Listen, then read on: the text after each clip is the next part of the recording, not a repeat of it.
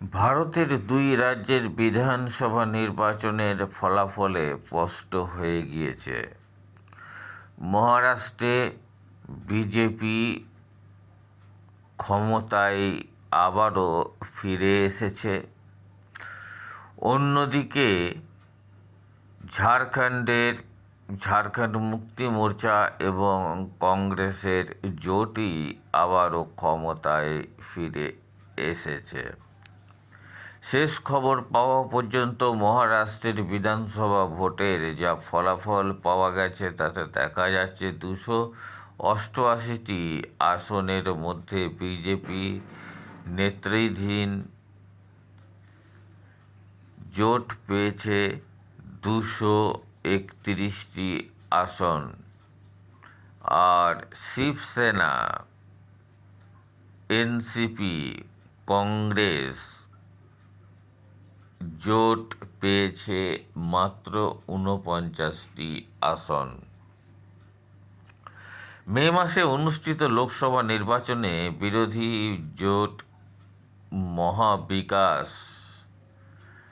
আঘাদি মহারাষ্ট্রে মোট 48টি আসনের মধ্যে 30টি আসন জিতেছিল। মাত্র 5 মাসের মধ্যে চিত্রটা সম্পূর্ণ পাল্টে গেল। অন্যদিকে ঝাড়খণ্ডের 81টি আসনের বিধানসভায় ঝাড়খণ্ড মুক্তি মোর্চা এবং কংগ্রেস জোট পেয়েছে 56টি আসন এবং বিজেপি জোট পেয়েছে 24টি আসন।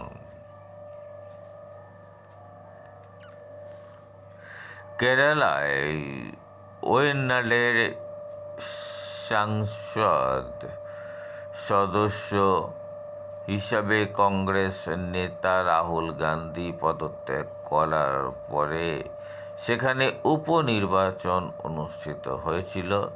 সেই উপনির্বাচনে প্রার্থী হয়েছিলেন প্রিয়াঙ্কা গান্ধী। তিনি রেকর্ড পরিমাণ ভোটে জয়ী হয়েছেন।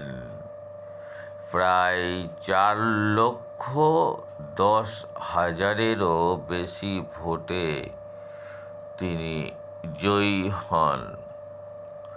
মহারাষ্ট্রে বিপুল ভোটে দলের জয়ের পরে প্রধানমন্ত্রী নরেন্দ্র মোদী এক্স হ্যান্ডেলে লিখেছেন, উন্নয়নের জয় হয়েছে, সুশাসনের জয় হয়েছে, ঐক্যবদ্ধ হয়ে আমরা আরও উচ্চতায় পৌঁছাব। আমি মহারাষ্ট্রের ভাই বোনেদের, বিশেষ করে রাজ্যের যুব ও মহিলাদের যারা এনডিএকে ঐতিহাসিক জনাদেশ দিয়েছেন, তাদের সকলকেই ধন্যবাদ জানাই। ব্যুরো রিপোর্ট, বর্তমানের কথা, ডি নিউজ।